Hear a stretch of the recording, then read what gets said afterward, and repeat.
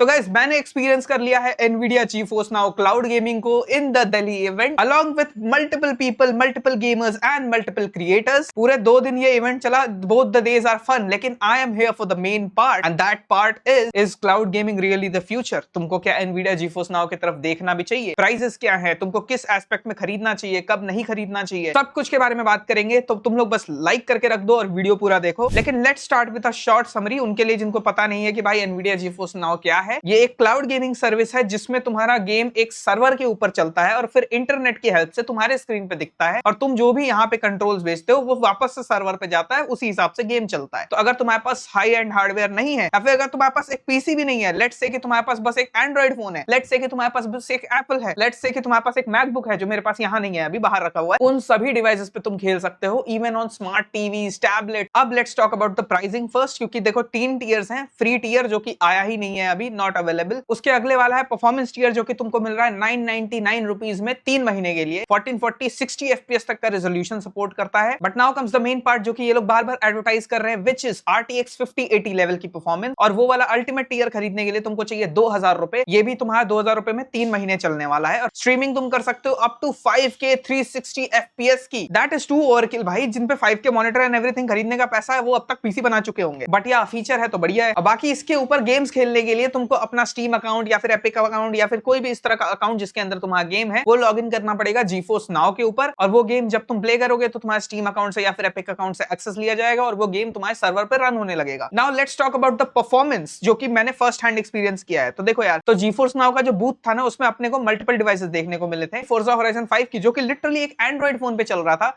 अब उन्होंने डिस्क्लोज नहीं किया कौन सा फोन है, लेकिन वो जरूर हाई रिफ्रेश रेट वाला फोन होगा, क्योंकि Forza Horizon 5 की जो स्मूथनेस है भाई वो फील हो रही थी बहुत क्रेजी तरीके से। और Xbox कंट्रोलर से वो फोन कनेक्टेड था तो भाई परफेक्ट रंबल आ रही थी, बहुत ही अच्छे से उसकी वाइब्रेशन भी काम कर रही थी भाई। ओवरऑल मैंने मतलब 20-30 मिनट तक ड्राइव किया, बहुत मजा आया। उसके बाद फाइनली हम लोग साइज बढ़ाते बढ़ाते स्क्रीन का गए टैबलेट के ऊपर। अब एप्पल iPad के ऊपर I was playing Hogwarts Legacy and भाई it was a crazy experience. कहीं से भी ग्राफिक्स में मुझे कोई कमी दिखी नहीं, लेकिन Hogwarts legacy was the game जहां पे मुझे एक प्रॉब्लम देखने को मिली जो कि मेजर प्रॉब्लम है, दैट वाज इंटरनेट। अब पता नहीं इंटरनेट में फ्लक्चुएशन आ रहा था या फिर क्या हुआ था, but the game was lagging a bit. मतलब हर 30 मिनट 40 मिनट में एक बार एट द सेम टाइम बाकी सारे गेम्स बिल्कुल परफेक्टली चल रहे थे। It was maybe due to the wifi not connecting या फिर स्पीड नहीं आ रही थी, ज्यादा रश हो गया था, पता नहीं क्या था। जब भी वो चीज हो रही थी ना तो गेम ब्लर हो जा रही थी एंड दैट हैपेंस बिकॉज उनको इनफ बिट रेट नहीं मिल रहा होता है। Now talking about the big leagues, तो भाई देखो हमने एक HP के थिन एंड लाइट लैपटॉप पे प्रैग्मेटा खेली भाई, father simulator, and that too उसमें तो बहुत सारी शूटिंग है जो कि तुमको मूवमेंट के साथ करनी होती है अलोंग विद द हैकिंग जो डायना करती है। और मुझे बिल्कुल ऐसा ही फील हो रहा था कि मैं अभी अपने पीसी पे ही खेल रहा हूं, बिकॉज इस तरह की गेम में अगर थोड़ी सी भी लेटेंसी होती है ना तुमको दिख जाती है, because you are constantly shooting, moving and everything. और ये सब कुछ कीबोर्ड माउस पे हो रहा था, कंट्रोलर पे नहीं हो रहा था। And last game of the day was cyberpunk 2077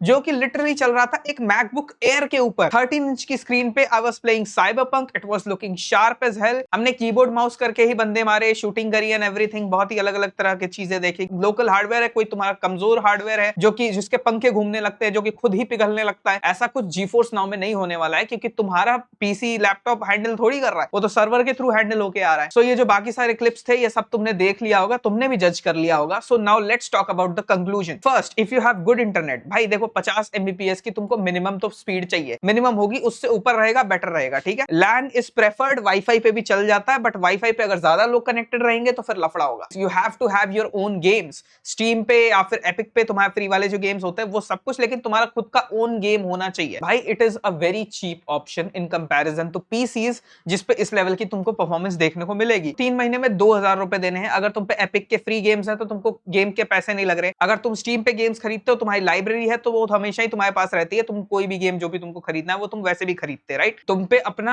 असली सेटअप नहीं है, तुम एक हैवी पीसी अफोर्ड नहीं कर सकते, ज्यादा चीजें नहीं रख सकते, maybe you are in a college hostel, भाई तुम्हारे पास बस एक लैपटॉप है एंड एवरीथिंग। तो परफॉर्मेंस मैंने बता दी है, 4-5 पॉइंट्स मैंने दे दिए हैं। अगर इन सब का जवाब तुम्हारे फेवर में आता है, obviously you can go for GeForce Now। बाकी तुम कमेंट सेक्शन में भी बता सकते हो, राइट, कि तुम किसकी तरफ है। तुम फिर भी पीसी ही बिल्ड करोगे या फिर तुमको गेम खेलना ही नहीं है, तुमको वैसे भी पीसी चाहिए अपने काम के लिए, या फिर तुम GeForce Now पे जाओगे। वीडियो अच्छा लगा है तो लाइक कर देना। जल्द ही इस इवेंट का व्लॉग भी अपलोड करने वाला हूं मैं। आई नो एडिटिंग में मेरी थोड़ी सी मर रही है, लेकिन मैं कर दूंगा। फॉलो करके रख लेना क्विक टेक को। Until then, thanks for watching.